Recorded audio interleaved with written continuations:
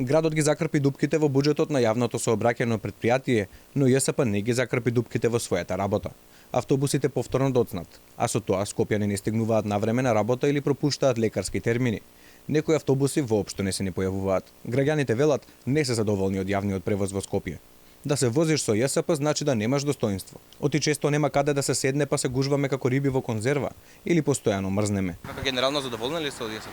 Не. Грејење сабајле кога дојдов мраз.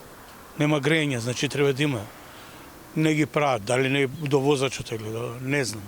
Стварно не сум задоволен. Доцнат. Знаат да се доцнат. Пун автобус нема каде, ке стоиш, ал некојаш не може да се влезе внатре. Така да со градскиот собрај ке катастрофа. Не сум задоволен, меѓутоа тоа е тоа. Многу споро се вози, значи тргаш на време, стигаш касно. За разлика од другите метрополи, каде функционираат трамвајски или метро системи, во Скопје јавниот превоз се уште се потпира исклучиво на автобуси.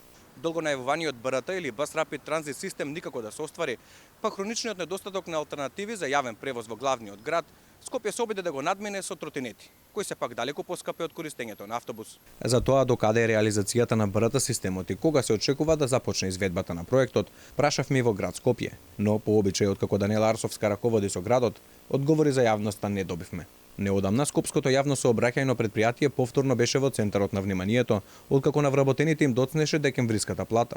ЈСП бараше амин од Советот на градот за дополнителни 11 милиони евра, иако буџет за 2023-та веќе имаше. Додека пак градското собрание за возврат бараше отчет за тоа каде се парите. ЈСП парите ги доби, но советниците се пожалија оти повторно остануваат без извештај за тоа како работи предпријатието.